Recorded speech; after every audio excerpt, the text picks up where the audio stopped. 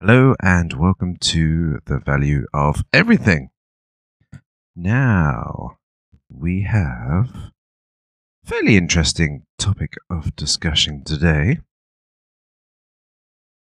We are going to go and look through history, and we're going to try and connect the dots and see if we can make some slightly boldish predictions of the future. One thing that is kind of easy from this respect is that we have had a precursor when it comes to economic crisis. We've had the 2007/8 crisis, so that really, I believe, is a precursor to another crisis which should, in theory, come along within... No, I don't even want to do this. Within 5 years, I would say. So, predicting an economic crisis is sometimes a little bit of a mug's game, but in theory, you can predict it. There's things of like unsustainability. You cannot go on a continuous trajectory of exponential growth and expect that to go on forever if things like resources, and you're not taking into account resources, populations, there's lots of limitations for exponential growth to continue forever. And one of the psychological states of mind is that we always want more and more and more and never give up. So the human's desires are infinite, yet resources are finite. So when it comes to the situation of exponential growth, the theory goes you can't really say this is going to go on forever and ever more. Maybe at some point, if space travel, which I don't think is really even that, there's no way even the technology is nowhere near us even getting there. But we get to space travel, maybe we may have a little bit more plentifulness of resources, but it's still not infinite. Now, maybe in a virtual reality environment, resources can be fairly infinite, but you still need to have a certain amount of sustainability in the reality.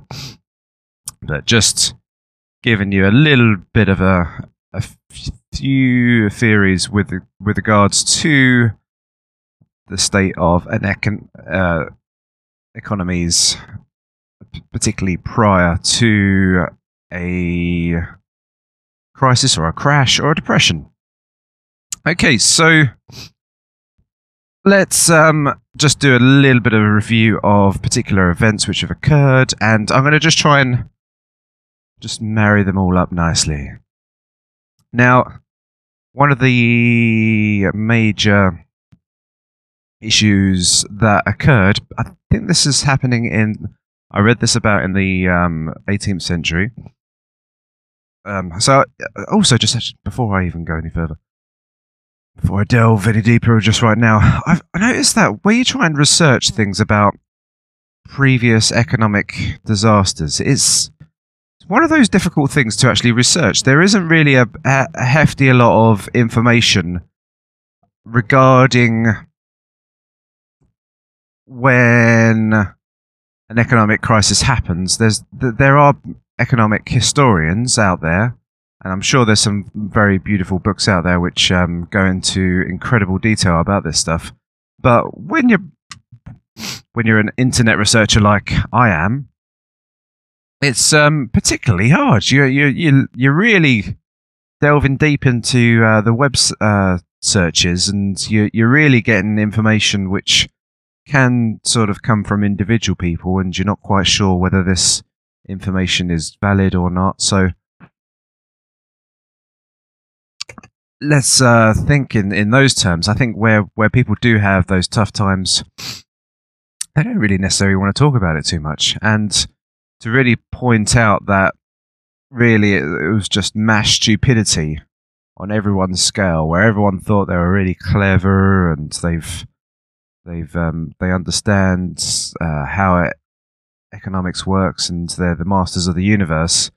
All of a sudden, they look like complete idiots, and it's happening on a mass scale. And I guess people just like to forget about a lot of bad moments in their lives, and I think it sometimes gets played out in history, whereas sometimes, well, where we look at history books, we always hear about the victories of the victors, not a lot about the losers and their strifes. So that's one of the interesting things about the makeup of history itself, is you like a gambler, you're always going to hear about the wins. You're not really going to hear too much. It's going to quietly go away in the history books when there's economic stupidity that occurs. So let's just delve into. What I basically did is I just pulled out. I'm not necessarily like I'm stringing together a history lesson for you, but I just picked out things that I thought could be very relevant and could be reapplied into today's era where economic disasters have occurred. And I think this will give you some fairly good insights. I, again, do not... I am no financial advisor. This does not give you any sort of idea of where to... I hope this should not give you any really good idea of how to invest. Always deduce what I say.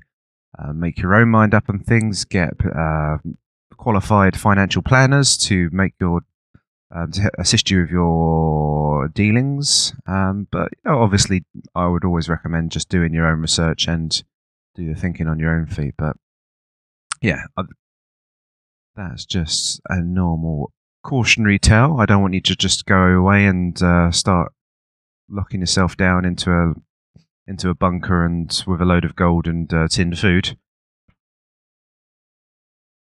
Not to say that I'm recommending that in any way, anyway. But neither here nor there. Let's continue. So one of the things that I found kind of interesting when an economy collapsed, I think this. I mean, we do have to look at a lot of European things.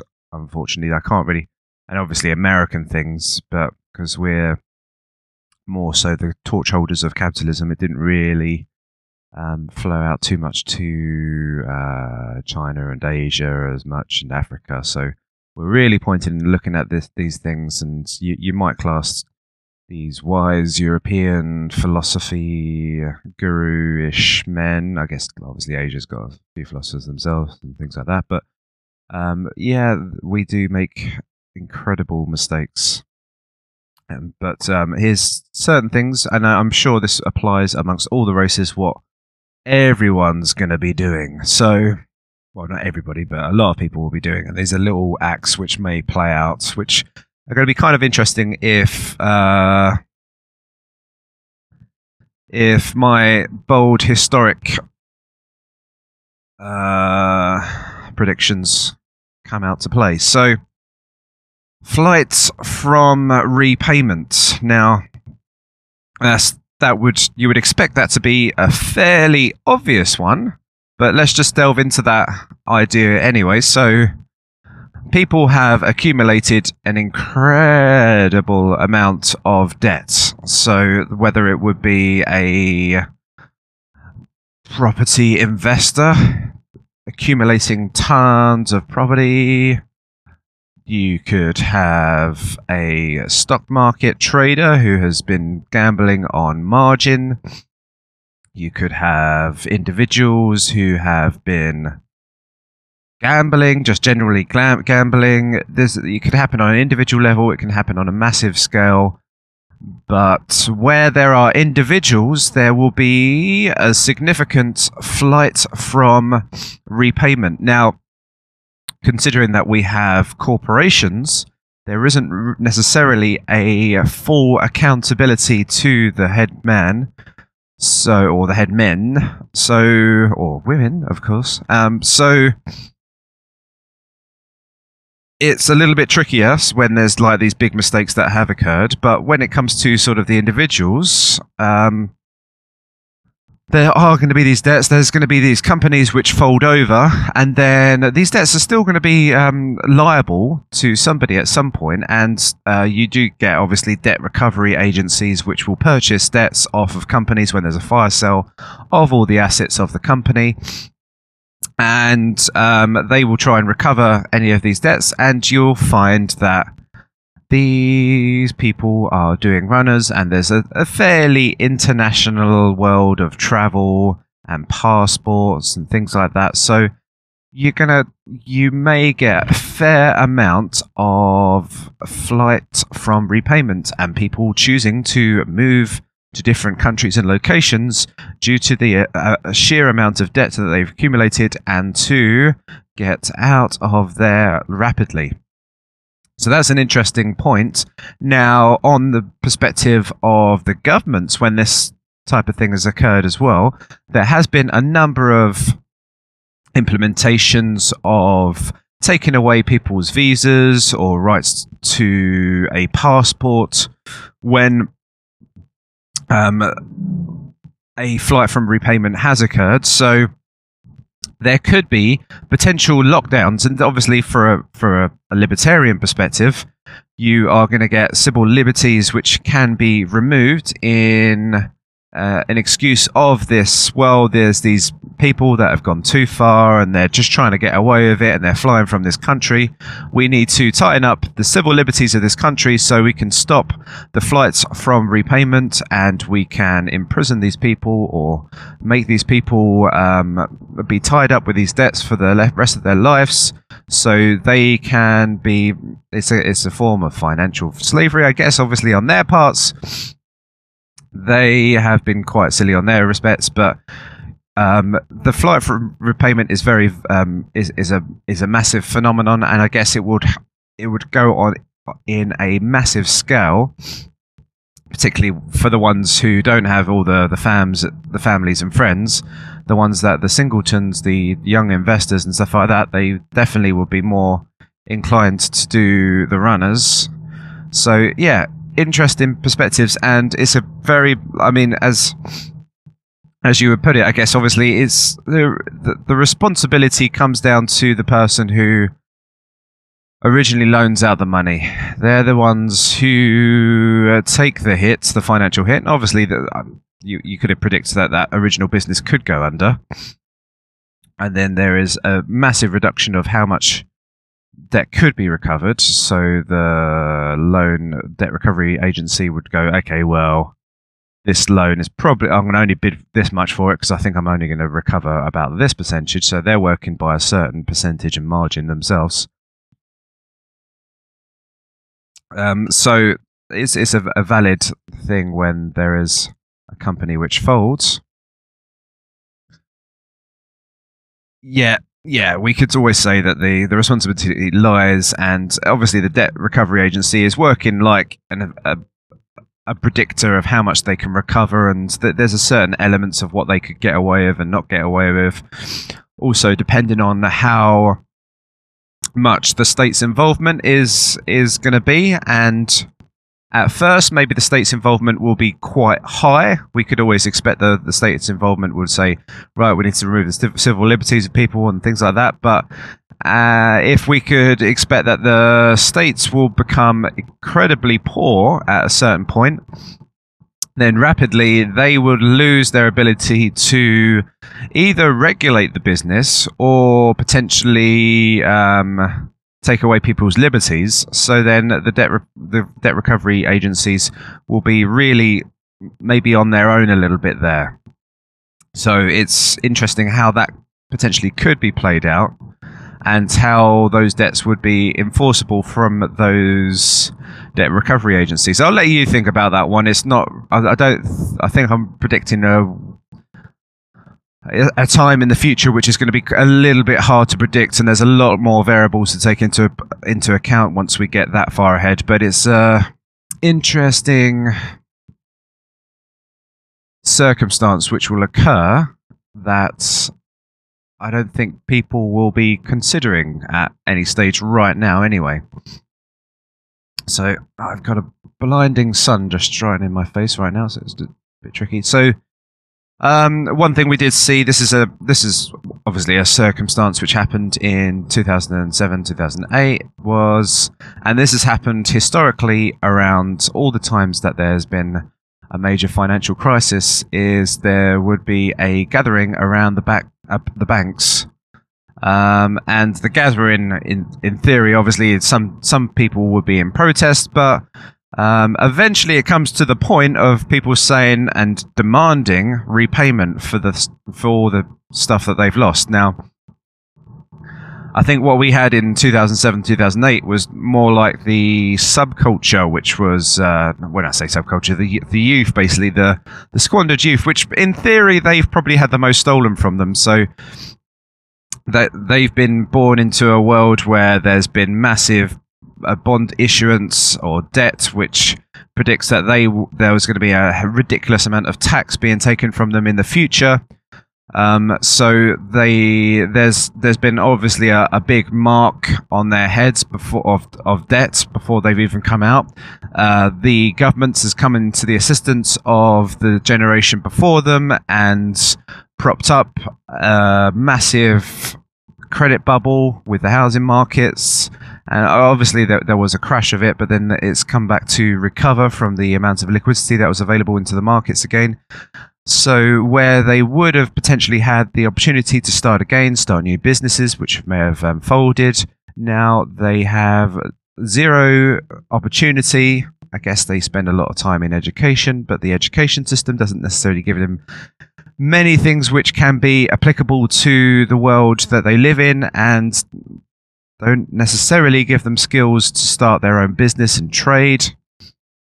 So there has been a lot which has been stolen from the youth, and obviously they have probably the biggest justifiable cause, even though it's not quite as literal as somebody that's had deposits in a bank and they're just asking for the deposits back. It was kind of like that sort of makeup of thing which was happening during the 2007-2008 crisis. So you get more of the protesters, the left wing, and that element of society crowding around banks. I guess if you did have really like an incredible amount of confiscation of wealth, if people were not able to get money out of their bank deposits after a while, yes, maybe we could get the mums and pups getting fairly annoyed about this. They're still not going to quite have the same amount of testosterone and energy as the youth, but it's one of those phenomena which occur. It's fairly scary to that, well, to the financial industry and to society in itself, where obviously there's a massive breakdown in the connection between people and the higher echelons of business, and it does certainly expose and put a light on what the financial system is and the business system is and the governance of it. So there are certainly things which people don't want to see, and I think it's just like the physical element of that and having the images on TV and things like that, which is fairly scary for the people that are enjoying the status quo and enjoying the fat from the land. So yeah, that is an interesting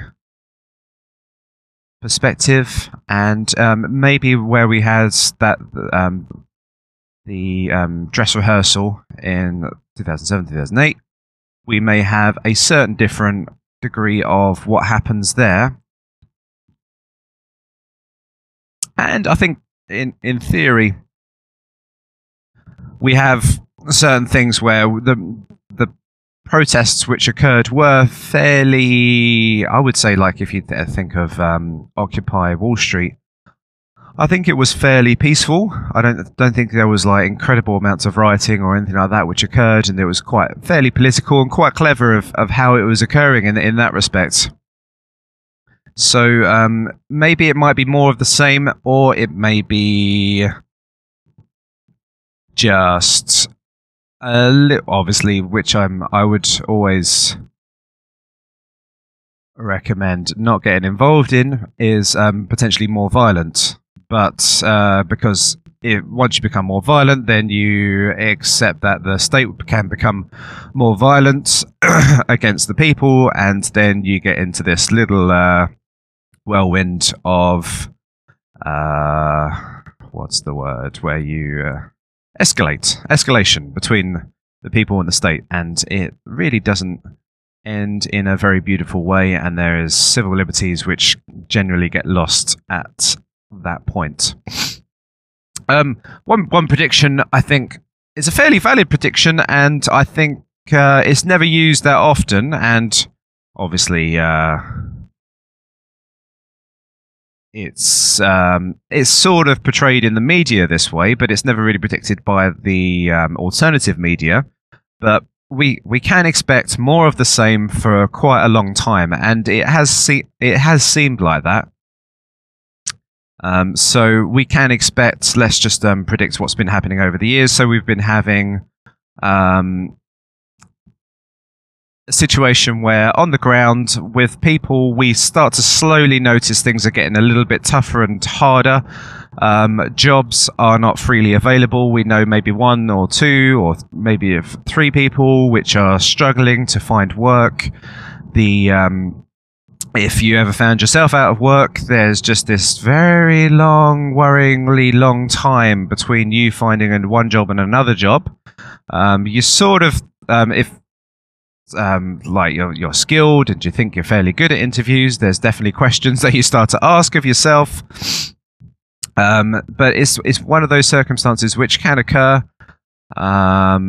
And at the same time, there is a further extension of the difference between how things are feeling on the ground to how things are portrayed in the media. The media start to say there's a massive stock market boom, but obviously if you dig a little bit deeper, that you got stock buybacks and you haven't really got an really improvement in production capacity or improvement of the living standards of people that much. And you've got a lot of managers which are really trying to find some cost savings as much as they can. So it's really not a recovery as what is being portrayed in the media. So we can expect a little bit more of that kicking down the road. Obviously, when there becomes a slow rise of bankruptcies and people cannot get enough access to credit, and markets start to go down in value, then we start to slowly see issues within the banking sector. The banking stocks start to go down quite rapidly. There's problems in the margin callings or the collateral requirements of banks. Once that issue occurs, we see the 10-year bonds becoming a lot more volatile, and the volatility is the precursor of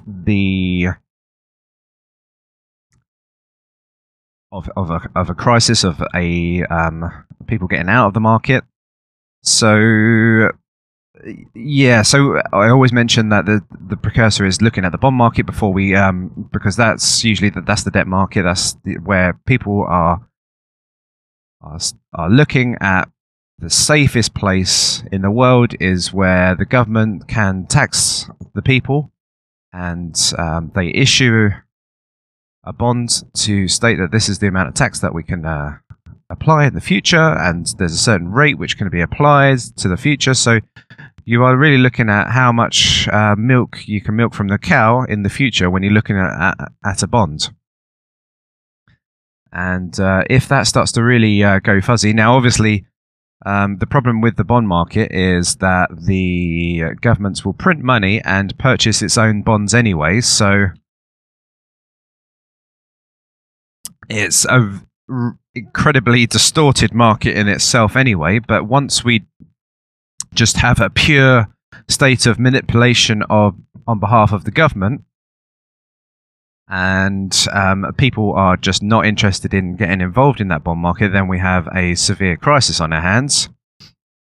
So I'm just going on a little bit of a tangent there with regards to potential things which can occur beforehand, but the main thing obviously is status quo, continue as we are. It's like a slight long term, we're always in this horrible state of an economy. Media thinks everything's going so rosy, but it's really not, and it's Groundhog Day every day, and I guess people may just get a little bit sick or tired of it. When you speak to generally most people who've got a grain of sense, a lot of people are sort of saying that the shit's going to hit the fan at some point, but you really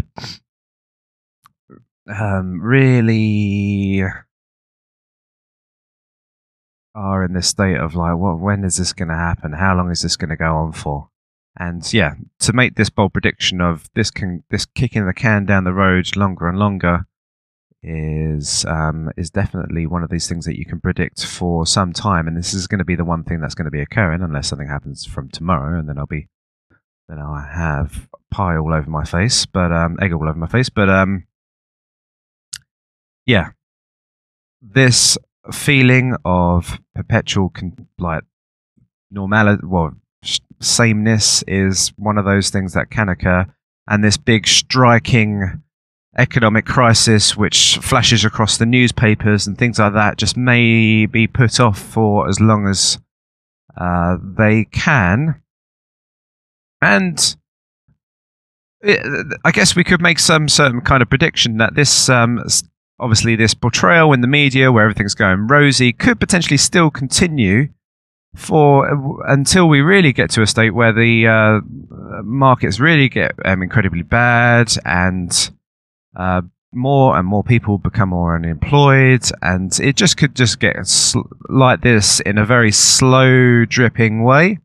I think that probably would be incredibly horrible to be in, but I think in states of markets, I don't think really we do have this perpetually slow death of a market. I think really we do, because of the states, like a lot of markets require exponential growth, and there's a lot of margin traders out there and things like that. As soon as things start tucking in negatively, there should be that striking blow in the market, in the financial markets. So I did say more of the same, but it's more of the sort of like the government manipulation, same things to prop things up. But eventually we will get that striking blow, which will descend the markets back to a point of price discovery. All right, now let's make some other predictions now. With the banks, say if you're an investor in banks, do you know what's the best banks to invest in? It's the banks that had never engaged in speculation. So, or a ridiculous amount of speculation. So, we do obviously have a lot of banks out there who have speculated incredibly. And when that speculation has to go south, then they've got a lot of bad debts on their books, and the accountants will eventually go, no, it's really not worth that. And they're going to find themselves into a hell of a lot of hot water, potentially ask for the government to rescue them, but maybe the governments even say, well, we can't really afford this anymore. We looked at what happened to America, and that didn't really seem to make a lot of sense, so you're going to have to go belly up. So we will have a state where some banks, and I think I'm predicting a very few, a tiny amount of banks anyway, are going to survive.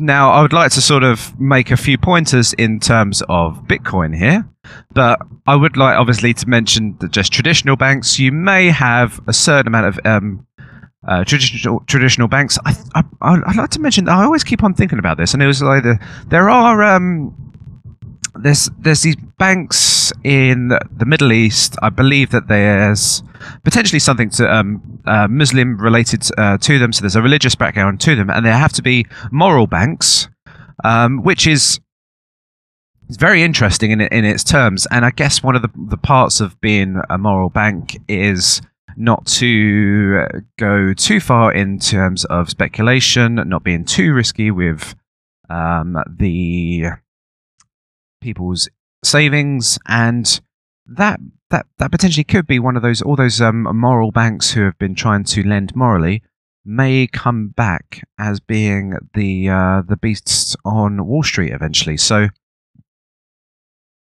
where they have safe assets on their books and they're still alive and they haven't gone under and they can give their depositors their money back, people are going to go, ooh, actually, this bank is incredible. I think I will put my money here. And obviously the people that have managed to get that money out in time will flock to safety to this bank. And then this bank will become an incredible safe haven for these people, and everyone will be incredibly inclined to get involved with those kind of banks. And yeah, so if you can see that there's obviously there's a thing with banks, there's loans to deposit ratios, and I guess accounting can be very tricky to work out because banks do have ways to adjust their assets and work and obviously predict different things. But if you see that there's certain banks that invest in certain ways, maybe don't go into certain risky markets like property, and maybe invest in fairly safe markets, and which is kind of tricky in today's day. But even so, let's just say that there are particularly safe banks out there, then yeah, they're going to be the top dogs. So you may have this massive churn over of what the banking industry looks like, and you may have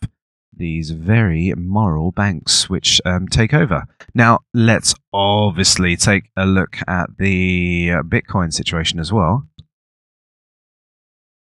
Now, let's just quickly define what a bank is. So a bank is a place where you can safely keep your assets, and obviously probably your cash, have easy access to your assets, have the potential to have that asset rise in value. Now, obviously, Bitcoin doesn't invest your money for you once it's deposited in the blockchain. But if bold predictions come to fruition, we could potentially see that where you would have governments trying to get as low as they can on their currency, and then potentially getting to a point where the population goes, we cannot afford a loaf of bread anymore, then it could go to a point of hyperinflation where, it could get, what am I predicting here? So we go to a state of deflation. So, sorry, let me just go back to the start. So we get to a point of deflation where prices get cheaper and cheaper. So the government's combat to that is to inflate the monetary supply via quantitative easing. And then it gets to a point where assets become there's a limit of assets and assets in the market, and there's a massive demand, particularly for food sources. And then food sources start to inflate, and then maybe potentially even hyperinflate. And then we see that the currencies that had been devalued the least will become a lot more attractive than other currencies which have been shot down to a massive flooding into the market, where you get this Zimbabwean $1 trillion notes and all that jazz. Now, when it comes, just had a shot to the head and it's just lost my trail of thought. Sorry, folks. I've just had a complete mind freeze. I don't know why. I've just lost my trail of thought. I'll come back to that anyway. I apologise. So we've been talking about speculation and banks to come out for better. Oh, I really wish I could come back to the point, because I think I was getting to something interesting there. I was talking about inflation and deflation. And what was the thing that happened afterwards? Ah, bitcoins. Of course. Yes, right. So, sorry about that. So we'll get to a point where a lot of currencies, majority of the currencies are going to be trashed, and then there's going to be a state of hyperinflation, and then people are going to say, well, we really needed assets which currencies which have the best and attained the highest value over time.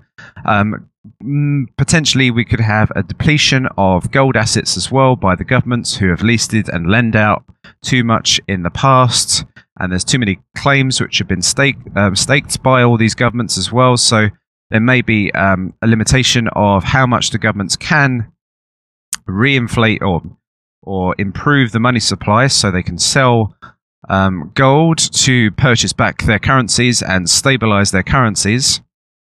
So yeah, then people may start to look around and go, okay, well, this Bitcoin, it seems to be counteracting. Whenever there's a crisis in the market, people seem to be flooding into Bitcoin, and this would appear to be a safe haven in certain terms. And seeing that this is, even though it's a peer-to-peer network, it's a decentralized network of peer-to-peer accounts, and nobody has access to this accounting ledger other than the people who have the bitcoins. So it's incredibly interesting how where all the other, like your bank's deposits can become under a certain amount of liability. Let's just say, for example, a government has guaranteed those deposits. Maybe it might be in so much of a financial difficulty that it could say, well, we sort of still guarantee it, but you can only withdraw this amount, or like $50 now. So you can never guarantee what a government really says to you. But when it comes to your bitcoins, obviously your bitcoins can go up incredibly high and down incredibly low due to speculations. But at least one thing's for sure: those bitcoins, as long as you have kept them in like cold storage, or you've been really safe and secure with your computer and passwords and stuff like that, really there's not much of a risk of anybody get into those bitcoins, and they are permanently stored. You can obviously put them in the code of those bitcoins on a piece of paper, and you can hide it somewhere, or you can put it on a password or something. So there's many number of things which it's almost impossible for somebody to attain and access those bitcoins from you. So it's very interesting in those respects, and where people are going to be looking to where is the safest place to deposit my money. Obviously, Bitcoin had some fairly bad news. It wasn't necessarily Bitcoin or the blockchain which had been exposed, but the practices of sort of Bitcoin banks, like Mt. Gox, which came along and were risky with the deposits of bitcoins. But if people had self-responsibility, self-empowerment, which I'm always a massive drumbeater of, we will find ourselves in a situation where we go, okay, well, I don't really trust these banks anymore, particularly with these banks and these governments seem to be quite in cahoots with each other. And they seem to be making a lot of promises, but I don't really see any action in terms of where my deposits are. And seeing that my deposits are in this currency and it's getting trashed, I really don't like this situation that I'm in. And I think when I get paid, I'm just going to transfer my money into Bitcoins, because even though it might be a fairly movable market, at least I know those Bitcoins are going to really remain as mine and not anybody else's. So that is obviously the theory, how the theory goes by the tech industry. We have these financial crises, and then there is a cut down of liquidity in the markets, that everyone's scared and uproared. We come back down to people just owning what people sort of own and really own outright, and they're the things that we can, and the things that we can trade, and they're the things that enable us to exchange value with, and the method of which we can exchange value, because obviously there's a lot of credit limitations with a banking sector which has got embargoes and limitations of what money you can withdraw. The Bitcoin market will be incredibly liquid and have the greatest capacity of kickstarting the economy. And also the problem you might have as well is the government's going, oh, hold on a minute here, we've got this massive market which is occurring in Bitcoin, and we can't really extract our taxation from it as well. So it's like all these little tricky parts which can occur. Now, obviously, the government potentially could step in and go, okay, well, businesses, if you're paying your employees in Bitcoins, now you have to declare that to us. And there could be those many number of ways, but as the government potentially could become a lot weaker over time, we do have that issue occurring. What is it, an issue? I guess it's like a dynamic which is occurring. All right, now I think that's fairly interesting. Now let me just go into a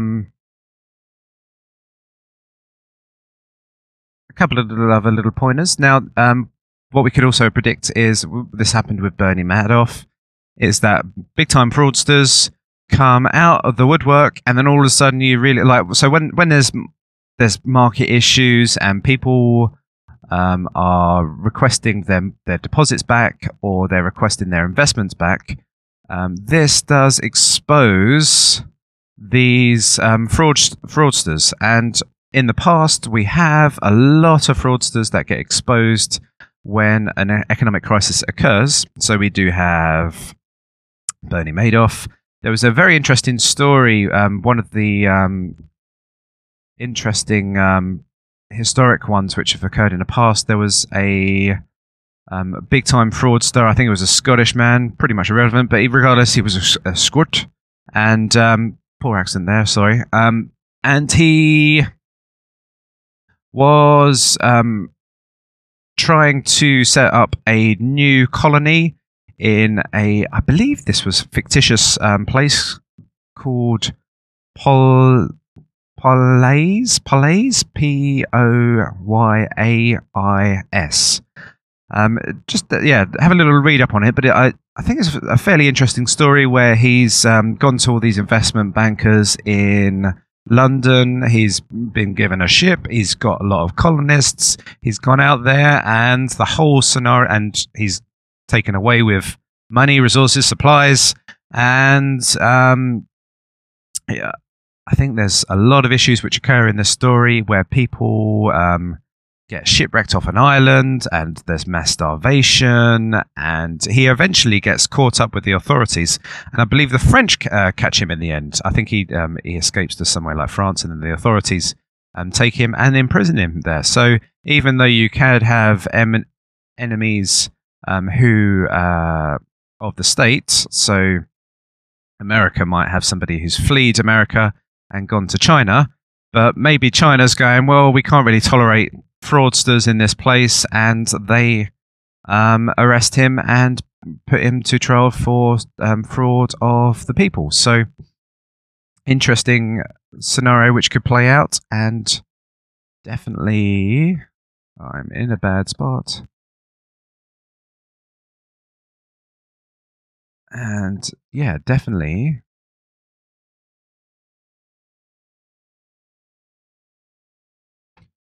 something that could play out in terms of the international in the international world. And yeah, so just think of all the fraudsters that can come out, especially when the ones that are obviously doing Ponzi schemes. They're going to come out of the woodworks, and maybe they held it together. Maybe they really got great fraudsters, and they held it together in 2007. Maybe they were very close to getting exposed. There's no telling of how much they can really get out of trouble, but sometimes it takes a little bit of time for fraudsters to come out of the market, and you could potentially predict that certain fraudsters are in the highest points of the markets. So in the governments, in the countries, in the banks. So yeah, we could find incredible amounts of fraud which come out of the woodwork, and we could be in shock and awe about how safe, how secure things were, and yet I really made a bad mistake there. I just scraped the bottom of my car. And then yet we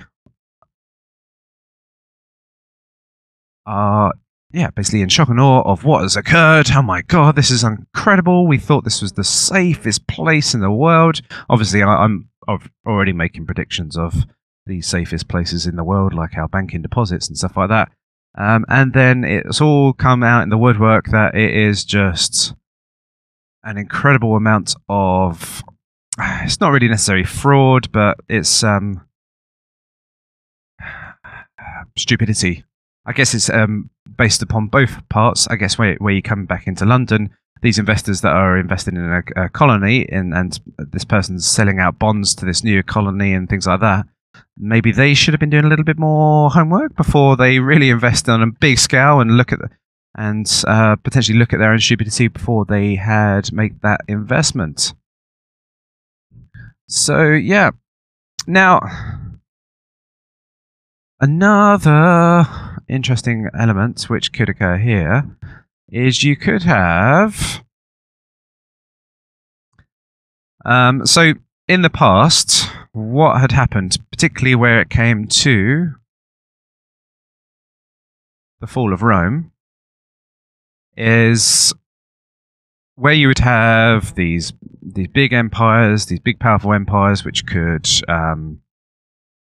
keep at bay any invaders from the north and south, east and west. There would be, because they diluted the money supply, they put nickel in their silver coins until there literally was no more money to pay the armies. You had power, which really just diluted and diluted. So people were just going, okay, well, I'm not really being paid enough to be a soldier for this army anymore. My loyalty doesn't necessarily lie with you much anymore. So once you don't really pay your soldiers, then there's some incredible problems. So there is a certain sense of a power vacuum. So really, in theory, there's a decentralization of power, which can occur by the armies and the military not being paid on time at first, and maybe there's a little bit delays of the payments, and then potentially, if the delay continues, then the soldier starts to go, well, where does my loyalty lie? My family's not being fed, and what is the purpose of me fighting with my life for somebody that's not paying me? So this is probably the start of serfdoms, where you would have landowners. So as a predictable nature in the past, it used to, like, there used to be the aristocracy, which were the ruling class, and then it was found that the landowners, I guess aristocracy and landowners do come into the equation a lot. The landowners had really the central point of how to make money, which was the food and the resources and the grains, particularly in those times. And they had the wealth, they had the land, and basically the military would say, okay, well, or the soldiers would go, okay, well, I'd rather work for this guy because at least this guy's going to give me some food for my family, and I can provide him with protection, and he becomes this little miniature state of his own, which I guess he probably the landowner probably abuses his powers and all that kind of crap, which occurs at the same time. But yeah, there is this potential of serfdom which occurs. Now, I'd like to just switch this one a little bit around because we're in a slightly different age of where owning land is the only way to produce wealth and value, contrary to what these communists like to say. Now,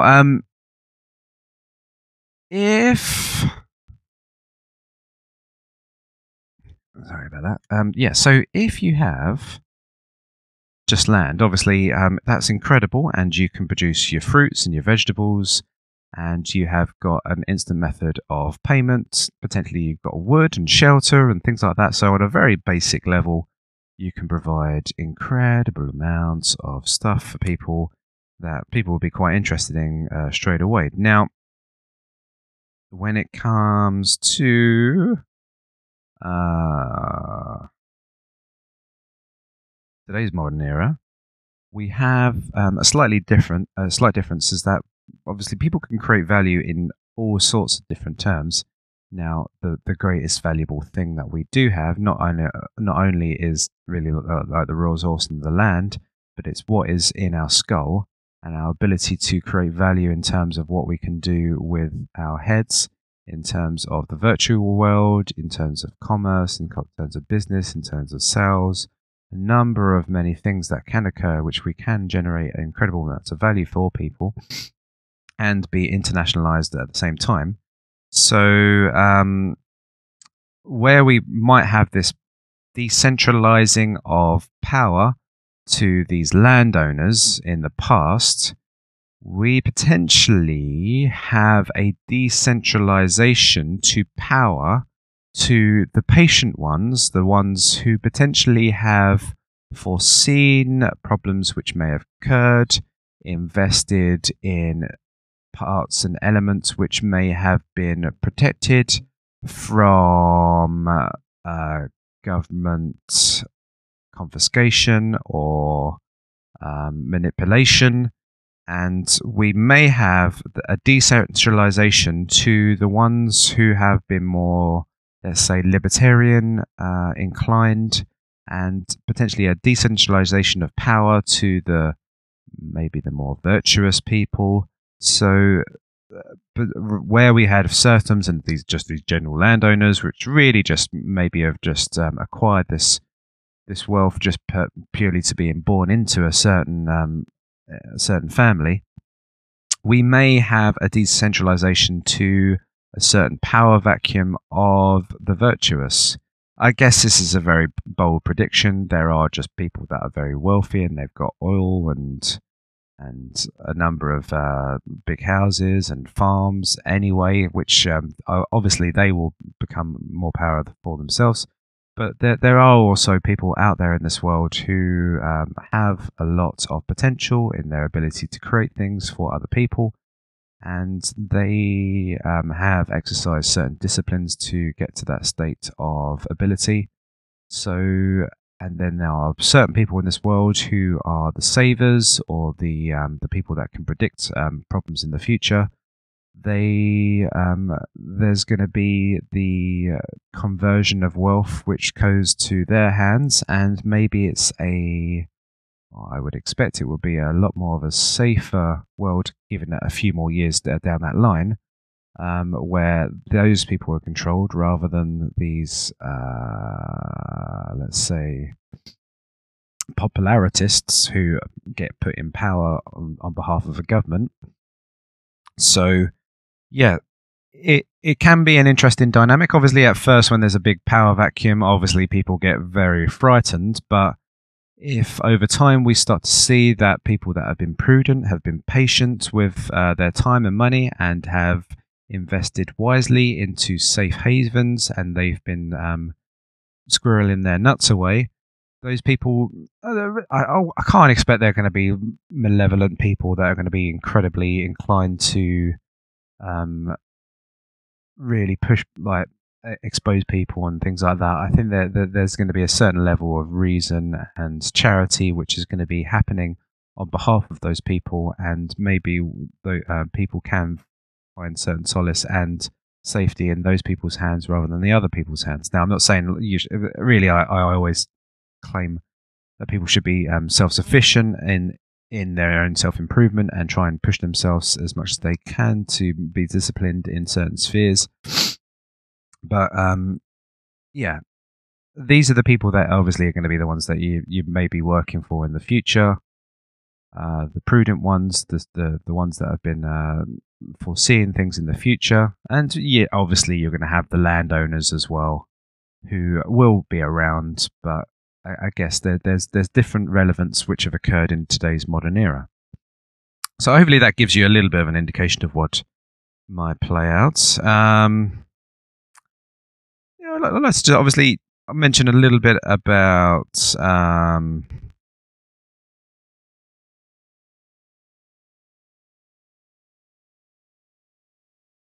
yeah, so where we had... Oh yeah, let's mention the Tulip Fever. So yeah, I think this one was quite interesting because Tulip Fever actually did get a little bit past in the history books, and then little historians in like the 1800s did pick it up over time, and that got exposed. But one of the things I didn't realise until just reading about it is that, and this is a really good analogy of the whole thing and the state in itself, was that when Tulip Fever really started to kick in, there was actually a virus which changed I'm not sure whether this is the correct word, the pigmentation of the colour of the flower. So with a tulip, it's a really nice, like, vivid yellow or very vivid purple or pink and stuff. There was a virus which took out, and it gave this incredible pattern, this vivid pattern of strokes and strikes through the flower, and it was very vivid. And in the time, there wasn't as many as beautiful flowers around in Europe at those points, and the virus took over like people's minds and imagination, and made them want to invest more and more so into the tulip itself. So really just have some thoughts on that. That really is an incredible thing which occurred, and it's just like, it almost points out to you how maybe they didn't quite know that it was a virus that was occurring, but there was bulbs which generated a lot more money, and maybe they were the ones that had the biggest virus inside them. So if you think of like the investment products which had the greatest returns, maybe were the most fraudulent anyway.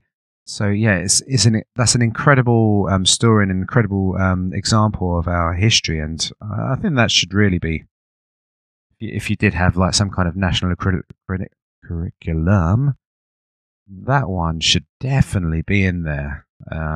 It's an interesting story on many levels.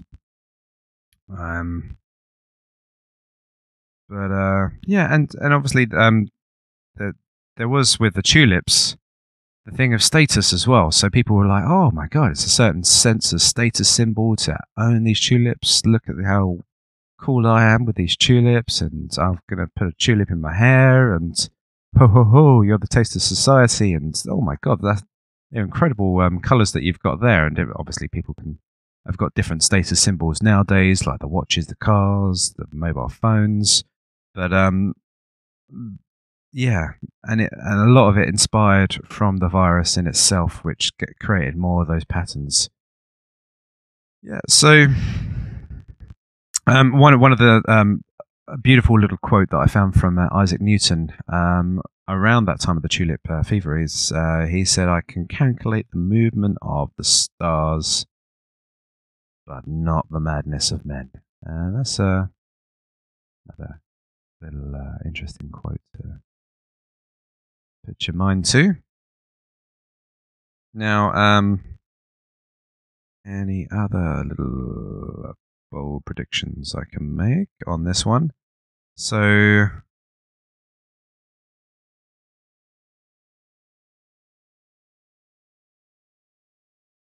yeah, I think I don't want to leave this topic completely on. I'd rather have left it on the one I mentioned just beforehand about the the decentralization of power and where the vacuum of power potentially could go to.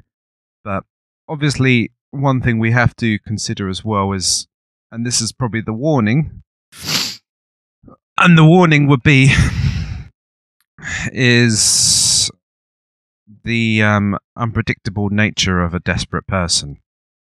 And when obviously people are put into desperate situations, if a mother needs to feed her children, there is pretty much endless amount of things that people will be pushed to until there's food put on the table. Hunger is one of the worst pains. I've never experienced hunger in my life, but I've heard that people have in like concentration camps have said the worst pain that you could ever have is is hunger. There's nothing worse than experiencing that. So remember that, obviously the zombie nature which could occur when food is not put in the belly, and I guess this sort of thing could happen firstly with countries that haven't accumulated enough wealth over time, which would be, I guess, like the ones which are showing signs. Like, I'm looking at sort of places like Egypt, which already have restrictions, which have food shortages. But yeah, we can never really predict sort of the dangers of man and when there's hunger. So when people are looking for, in a state of desperation, what can we do? Obviously, the scary thing, particularly from a libertarian perspective, is for there to be a further consolidation of power. So where everybody turns around and says, we're hungry, what can we do? Just something must be done. Anything must be done. We have to have something done right now. And then we have a consolidation of power, and then we potentially have the landowners pointed to with a gun and said, right, you're creating soup kitchens now, we're going to chop up your vegetables and we're going to feed the masses. And then that farm owner does no longer have any capacity to feed himself or can sustain the farm. So certain elements of madness can occur, which have incredible, profound effects later on down the line. And it's the thing about not eating your seed crop, not disturbing the means of production, which can really do some disastrous things when there are states of economic turmoil which can happen. And the madness that can set in when people are hungry. I mean, if I was put into a room and I was starved out of my mind, and then they said, right, you can only be fed if we put in place a massive world government. What am I going to do? I'm going to be, all right, let's take it. All right, we'll take it. I'll take anything. And that's obviously not a really great situation to be in after a while, because you've got a humongous consolidation of power, and potentially you have the extraction of wealth, which is going on at an incredible level, and the civil liberties of men get incredibly encroached upon. So, as a person to another person, I guess if you're listening to this before the economic crisis, I guess it's advisable to be as prudent as you can be, not to obviously have fun where you can, but there's enjoyment which you can have by just having a general chat with somebody, and that in theory shouldn't cost you too much. So try and curtail those expensive holidays. Try and make fairly mindful investments of the future and predict maybe where things could go in 5 or 10 years' time, and what you really would like to have when those crises happen, rather than what you would like in the moment right now. If you can apply virtue in your life and increase that every day and practice it, and really just think about what you say, and if you feel like you're in the wrong sometimes, admit to people, apologize, do the right thing, be charitable. If we are the people that are the ones that have been prudent and end up having a fair larger amount of wealth than other people that haven't been predicting the future and have been a bit more in instant gratification. Hopefully, we potentially could make the world a better place where people are looking up to us and saying, okay, well, these people have been virtuous, these people have been predicting in the future, they've been really been patient with their money, and we need to aspire and learn from these people and do as much as we can to be as virtuous as possible as people. So yeah, on those notes, I'd like to give you those thoughts, and yeah, definitely share any thoughts back if you can provide certain levels of advice which can improve people's lives. Definitely share that and keep the conversation going. And we just got to look after each other, because it's us, the people, that really are the charitable ones. We're the ones that are really giving out the taxation to pay to the welfare and all those things.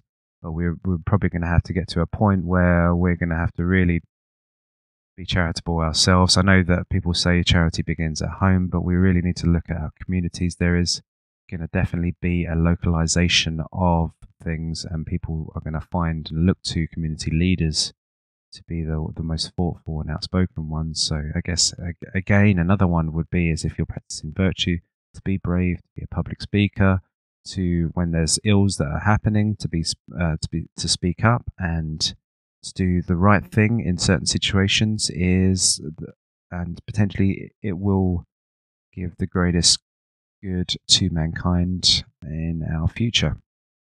So sorry about the pauses halfway. I was just in a bit of a mind freeze earlier, but thank you very much for your time, and we will, you and I shall be back again. See ya.